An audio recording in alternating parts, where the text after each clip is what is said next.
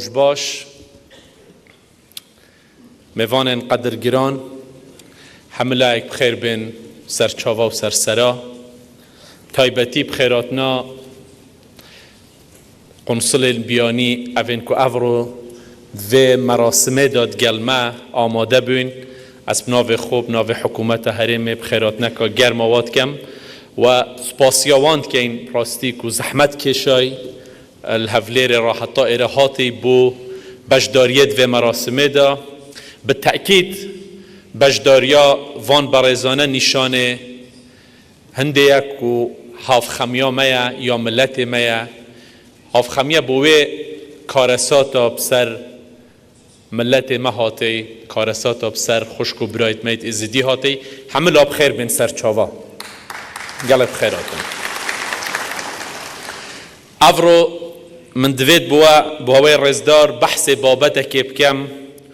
که گلک یه نخوش و جه دل ایشان و آزارا مهمیانه اویش کامل کجی و رفاندن هجماره که زور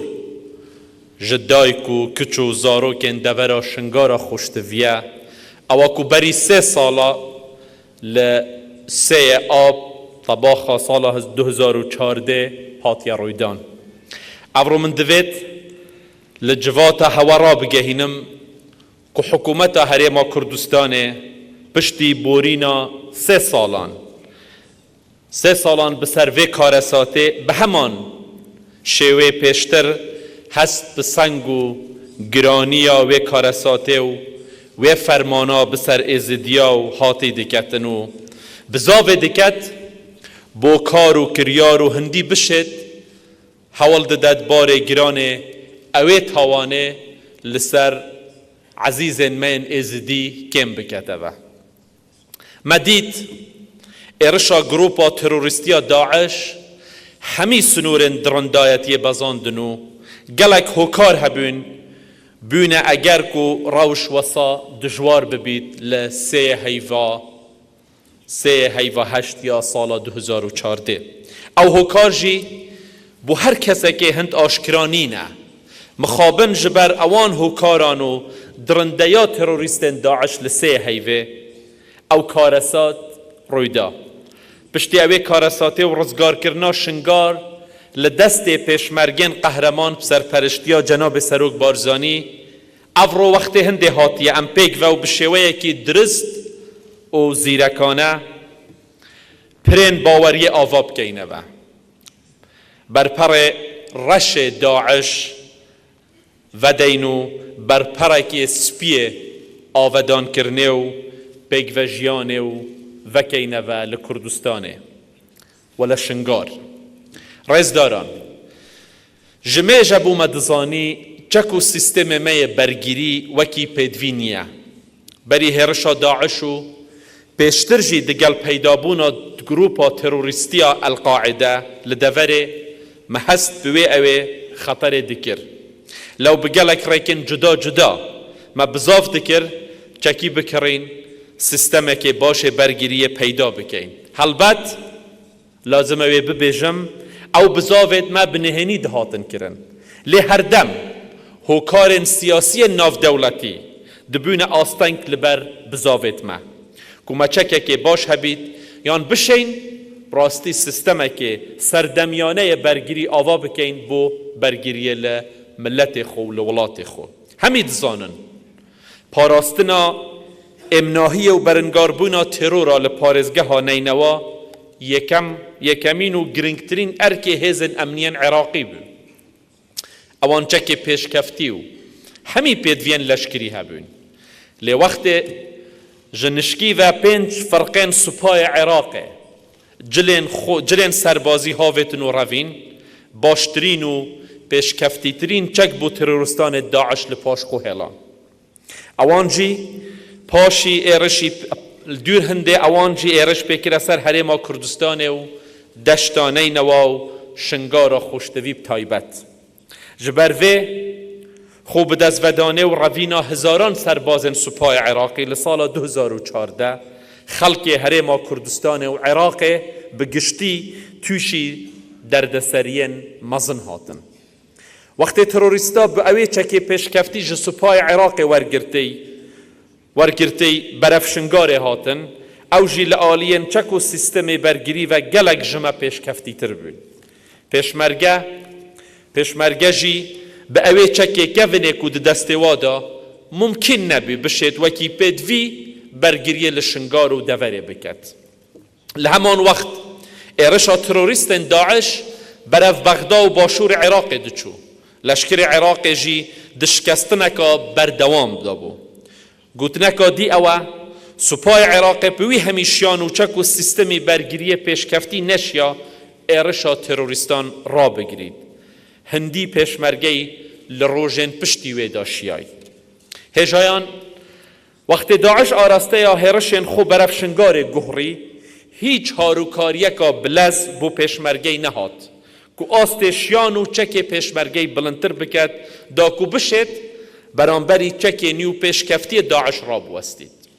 نخواست مهنگی دست حالات و هزا داعش گلک برفره ببو.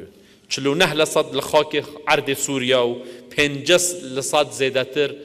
و کمتر لخاک عراق وگرد بو. خلقه که شهرزاجی دوار لشکری دا گهشت بیوان و هاروکاریوان دیگر. ایرشو مزنبونا داعش بوی لزیو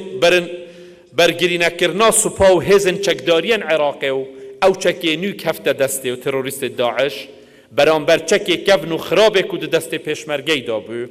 اوه همه هوکار بون وکی کو برگریا پیشمرگی لآست پیدوی نبیتنو خلق دوره و پیشمرگی نچار ببن خوب بگهین نه جای شنگاره. جبر اوه ایکه گلک جه خلق دوره نخواست ما خشکو براین من ازدی کفن دست تروریست داعش و گلک جنگاورین دوره و پیشمرگزی شهید بون. خشکو برایت هجا اوا کو تروریست داعش دجی خشکو براین من ازدی کری بگمان جنوساید بو. او تاوانین دجی ازدیان هات نکرن وجدانا همی مروایتیه لسراسری جهان هجاندو بوین برین و فرمانکادی بو ازدیاو لناف داشت بو همی خلق کردستانه.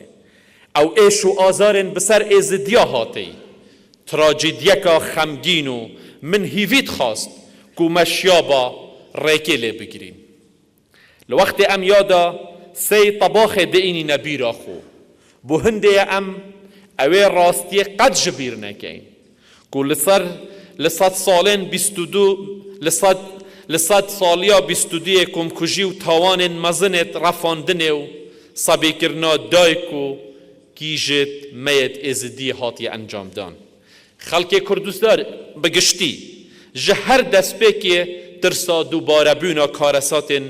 میجوی هبون. لسال 2003 لبغدا گلک سوز بو خلق کردستان هات ندان کو اوا برانبری خلق کردستان هات یکرن ایدی دوباره نابیته و لمخابن گلک بینچو 74مین فرمان و انفال دوباره بو.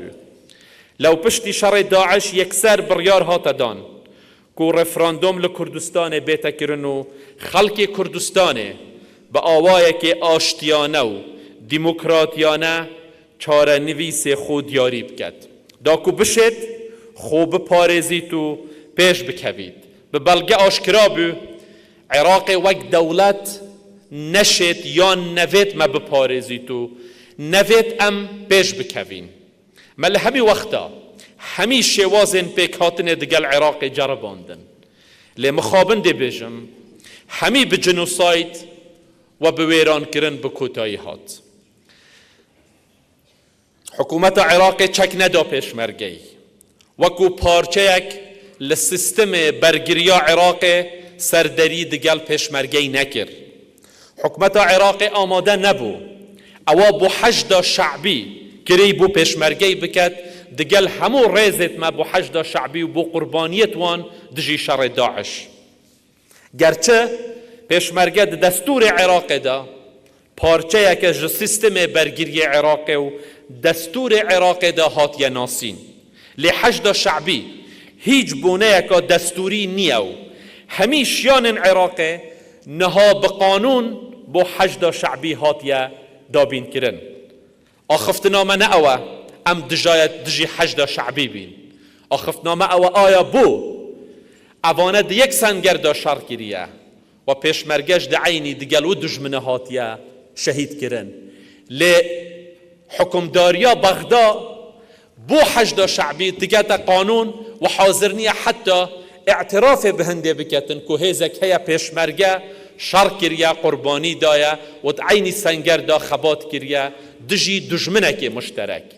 اوانه برینت مید کرد گل بغدا. اوانه او تشتکو ملت مید حاضر نیه دوباره ببیته و اوانه بیهیویامه درست کد لهنده که جاره که دی ام باور بکن که بغدا دکارید مشکلات ما وکی کرد حل بکد. صدهان مثال تو از دکارم تیره دا بینم لسرفه چنده. پشتی روخانا رجه ما بعض شرکی ریخستی برانبر ازدیا و کرستانیا و صائبا لناوراستو لمنطقه دین عراقی هات نکرن. هنگی لمثل به اکجاری چل ازدی دو وقت دا بکم هات نکشتن. پاشی قرکرن و شرع آینگری لناوبرا سنه و شیعیان دست بکر و عراق کرا کولک آخوینه لناف اوه کول آخوینه خلق کردستانه خلق د کردستانه دا دجیتن بیگ وجیانا دینیو یا نتویا خو پاراستو مبزاف کرن اوه روشا خراب لعراق نهیلین بله دگلوه همه رنج و آلین کردستان کشای روش برف خرابتر بیو. برف خرابتر چو تاکو گهشت پیدا بونا داعشو امجی بوینا قربانیت کمکجی اوه رخستنا تروریستی کو برهم حکمرانیکا غلط و یا خراب یا عراق بیو و سرحلدان داعش نتیجه سیاستکا فشل بیو اول سال 2003 لبغدا هاتا پیرو کرن در عراق دا. نها مخابن دی بیجم ما هیچ هیویک نماید که عراق راست و درست ببید. ما همین رگ دگل عراق جرباندن. لی ام بتمامی و اکجاری به امید بوین. عزمون مین بری دگل عراق ام گهاندین اوه باوره ما هیچ هیوی به عراق نمینید که ام بشین مافن خوب دابین بکین و خوب پارزین. لبر هنده دا که امناهی و پیگوژیانا خوب پارزین بدوی ام همی بریکا رفراندوم چارنویسا خو دلخواست نشانا همی جهانه بدین نشانا جهانه بدین و چارنویس و پاشروژا خو بکینه بر پرساریکا قانونی و اخلاقی بو همی جهانه و بو جواکا ناف دولتی لو دنگ دورا جنوساید کریا شنگار لرفراندوم گلک گرنگه چون که دنگ آزار و درد و فرمان و انفالا گل میا گازیا رزگاربونه جبندستی و مروفروشیه من دوید اویجی ببیجم که رفراندوم بوما آمانج نیه بلکه آلاو و ریکه که وسیله که برف آمانجه که مستر ام هیوی دارین به دیالوگ ام بکارین اوان بحثا دگل بغدا یکلا بکینه و آماده بانید خوشتوی پشتی کارساتا رشنگار ما چندین پنگاف هاویتن نویسینگه ها تایبتیا سروک وزیران گلک زیرکانه و بیماندی بین کار بو آزاد کرنا 3000 جدایک و خشک و زاروکن ازیدی کر اوین تروریستن داعش رواندن و اخسیر کرن حتی نها جسرجم 6417 کسین رواندی 3092 کس هات نرزگار کرن لویره رای بدن من بناو خو همه دست خوشی لتیما نویسینگه ها رزگار کرنا ازیدی بکم کو شو و روش دکرن ایکو هندیشیان بزاو دکرن داکو بشین زورترین هجمار جخوشکو دایکو براین مین ازیدی جدست داعش رزگار بکن سپاسیا دزگهت امنی بکم کو بردوام هارو کار بینه بهنده اف مهمه یا بباشی بهتا جیبه جه کرن سپاسیا پارزگه دوکه و پارزگه حولیرش دکم بو همی او آسان کاریت که هات یکرن سپاسیا وزارت کارو بارد کمالایتی و دگم اوانیش پشتوان بویند و مسئله دا وکی هوا همیا دیتی رزگار کرگا شنگار که ایکمین و ایکمین برنامه بو که دست پیکرن بو لحرم کردستانه دست پیکا شکاندنا داعش بو لعراقه. به تایبتیش بو جناب سروک بارزانی ارک و کارکی هر گرنگ بو چونکی شنگال و تاوان لدجی خشک و برایت میت ازدی دهات نکرن و او برین همه گاوه دل مدا یا مایه با او بار او خم او تراجدی بارگرانی و خمکا جناب و بو و زوریش یا مزن بو لولا پلانا رزگار کرنا شنگار دارشت و حتی 2 ماهی جی سرپرشتیا میدانی یا میدانی کر بو رزگار کرنا شنگار و جناب و بخور رزگار کرنا شنگار و مزگینیا رزگار کرنا و راگهان سلاف بوان پیشمرگا سلاف بوان خباتگرا و پیشمرگین دوی عملیه دا بجدار بیو و همی حولت خودان که بباشی و بجوانی بیتا کرن دست خوش ملسرسر هجایان ملسران سری پارزگه ها دهو که چندین کمپ درست کرن پارزگه دهو که آواره و پنابرین ویج خلق ویجی پتر لحاتن بگرمی سینگ خوب و خشک و براین ازدی وکر خلق پارزگه جوامرانه مال و جهن گشتی بو وکرن حتی گهیشته وکرنا در قطابخانه و مزگفتاش اف حلوسته ناه تجبیر کرن حلوسته خلق دورا پارزگه ها دهو که جه ریز و تقدیر که مازنه دیسا پشتی 3 سالا ام بیرا خود اینی نوه ام سپاسیا یک یاوان دکن کتوار روشت زحمت دا اوا شیانت وابینو پیچه بین قصوری نکر سپاسیا جناب پارزگه دو که دکن راستی امتحان که مازن بو دست بکرنه دا پشتی بیا پارزگاه و او کاری وکری و او اداره منظم یهات یکرن راستی جهنده از دست خوشیه لبکم که جناب ولیره روی نشتیه سرارای قیران دارایی ما همیشیان اخص نکار داکو هاروکارین مرووی بو همیان دابین بکین لی اوه همه نشن تاوانا مرووانو نمرووانو یا گروپ تروریستی داعش و مالیتو جبیر ما ببته با لی اوه مشیای اوه جدست ما بیت دی بو خشک و براین خوکین بو قناغا آودان کرنیجی هندیشیان هنه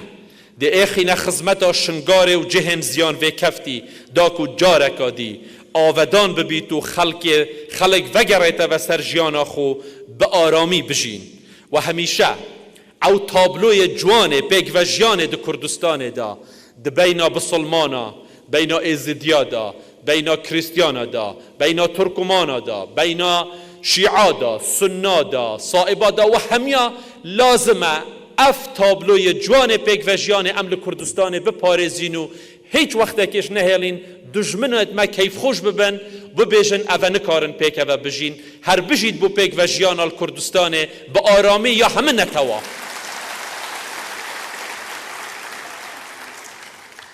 نهاجی حکومت هرما کردستان چندین ریگه گردینه بر دا پاشه روژکا گشتر بو همی شنگاریا پیدا بکد حکومت حرم هر دم بزاف کریه که دست حالاتا شور بکد بخاره و پتر دست حالاتا بدتا کارگر یا خوجهی بو ویش آرمان جامعه باوری هیا و ده پشتگیریه کن که شنگار ده چارچوب حرم کردستان دا ببیت پارزگه و خلق شنگار بشن کارن خو بریده ببن و پارزگه ها خوب ریده ببن او سیاست و او بوچونت حکومت هرما کردستانه نه و به تأکید ده پشتوانیه که جدیه و چنده کرد ام برکه خود زانین هاروکاری و پشتگیری خلق شنگاره بگشتی و خشک و براین عزیزین من ازدیب تایبتی بکن که جارکا دیده جهو ولات خو آواب کن و باوری بو چه ببیتن که وگرنه سر جه خو او باوری بو چه ببیت که دشن ولات خو آواب کنه و سوزه دین او بشین دی بو کن دا کو جارکا دی امناهی وگریت دوره و شنگالکا سرفراستر و آزادتریش ببینین دا آینده دا انشاءالله عمل حکومت هرما کردستانه دی پتر بزاوه کین هاروکاریا اوین جبر کار تروریستین داعش زیان گهشتیه بکین و بپارزین بری از بیم اوه کمبونه دگل هندک لوان اوین رزگار بیون دست داعش کلیره آماده نه من بحث کرد و من سوز داوان که ام ده هاروکاریا ما ده بردوام بید و فعلا وکی حکومت ده بردوام بید ده همان تشتی بو قربانین تاوان داعشن جئزدی و کریستیان و خیزان شهیدن پشمرگیت قهرمان و بریندارا کین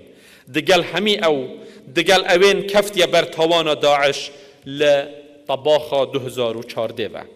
افرو از دگل هواین رزدار دا کجارکا دی خمو کووانداریا خو یا حکومت بو همی خیزان ازدی دیار بکم اوین زاروکو خوشتوین وان بیون قربانیا تاوانا دست گروپ تروریستین داعش نخواست ما او جنو کچن سردریکا درندانه و نمروانه دگل هاتیا کرن ارکی ما یوکو حکومت پاشی ارکی جواتا ناف دولت یکو خمکا مزن جرزگار بیون دستین داعش دا بکن خوشکو براین برس همه زانن حکومت هریما کردستان توشی روشکا دجوارا دارایی بیا اوجی دوگرت هندک هوکار هنه وک شر داعش برینان دستوریا بودجی جعالی بغداوه بارگرانیا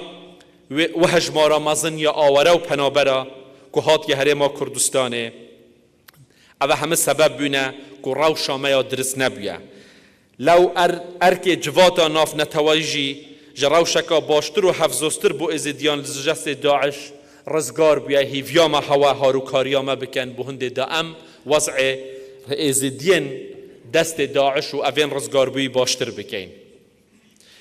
لوقت که آبوریا کردستان نها هیدی برف باشبینه دچید حکومت هریما کردستان دبزاوه کد پنگاوین خو بردوام بکد بو خزمتکا باشتر بو افدورین ویران بوی و حولکا جدی بدد بو گشکرنا آبوریت وان دورا به تایبتی بو ازدیا کو پتر زیانا مادی و معنوی وی کفتیه من همی جیانا خو ازدی ناسی کرنا و از دزانم ناس کرنا و از دزانم ازدیا جواککا آشتی خوازن و لامناهی و آرامی و تناهی جیانکا باشتر بوزارکت خودی گرن لوی زیدتر اوان چه دی نوید دوباره دکین اواج دست حکومت هریما کردستان بهید ده بو هاروکاری و پشتگیری وان کت و ده بزاویت کت در دسر وان چارب کت و پاشروژکا باشتر و آرامتر بوان پیدا بکت لدو ماهیه